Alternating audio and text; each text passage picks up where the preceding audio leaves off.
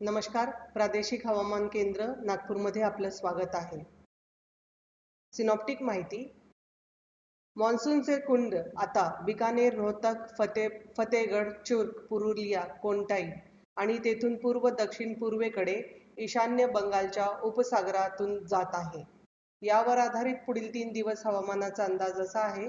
दिवस 1 10 ऑगस्ट विदर्भातील जिल्हे अकोला, अमरावती, नागपूर, भंडारा, गोंदिया, गडचिरोलीमध्ये बहुधा सर्वत्र हलका ते मध्यम पाऊस आणि बाकी जिल्ह्यांमध्ये हलक्या पावसाची शक्यता आहे. दिवस 2 11 ऑगस्ट विदर्भातील जिल्हे नागपूर, भंडारा, गोंदिया, गडचिरोलीमध्ये बहुधा सर्वत्र हलका ते मध्यम पाऊस, बाकी जिल्ह्यांमध्ये हलक्या पावसाची शक्यता आहे. दिवस 3 12 ऑगस्ट विदर्भातील सर्व जिल्ह्यांमध्ये हलक्या पावसाची शक्यता आहे. हवामानाचा इशारा. दिवस 1 10 ऑगस्ट विदर्भातील जिल्हे नागपूर, भंडारा, गोंदिया, चंद्रपूर, गडचिरोलीमध्ये दिवस 1 मध्ये वीज मेघगर्जनाची शक्यता आहे. तसेच दिवस 2 मध्ये 11 ऑगस्ट विदर्भातील जिल्हे नागपूर, भंडारा, गोंदिया, गडचिरोलीमध्ये वीज मेघगर्जनाची शक्यता आहे. दिवस 3 मध्ये विदर्भात कुठलीही धोक्याची सूचना नाही.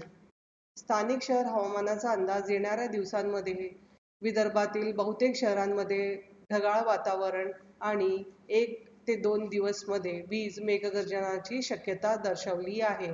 अधूनमधून हलक्या सरींची शक्यता सुद्धा आहे. पुढील 5 दिवस कमाल तापमानात 2 ते 3 डिग्री सेल्सिअसने वाढ होण्याची शक्यता आहे.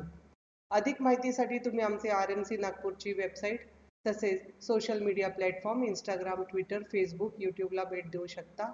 धन्यवाद.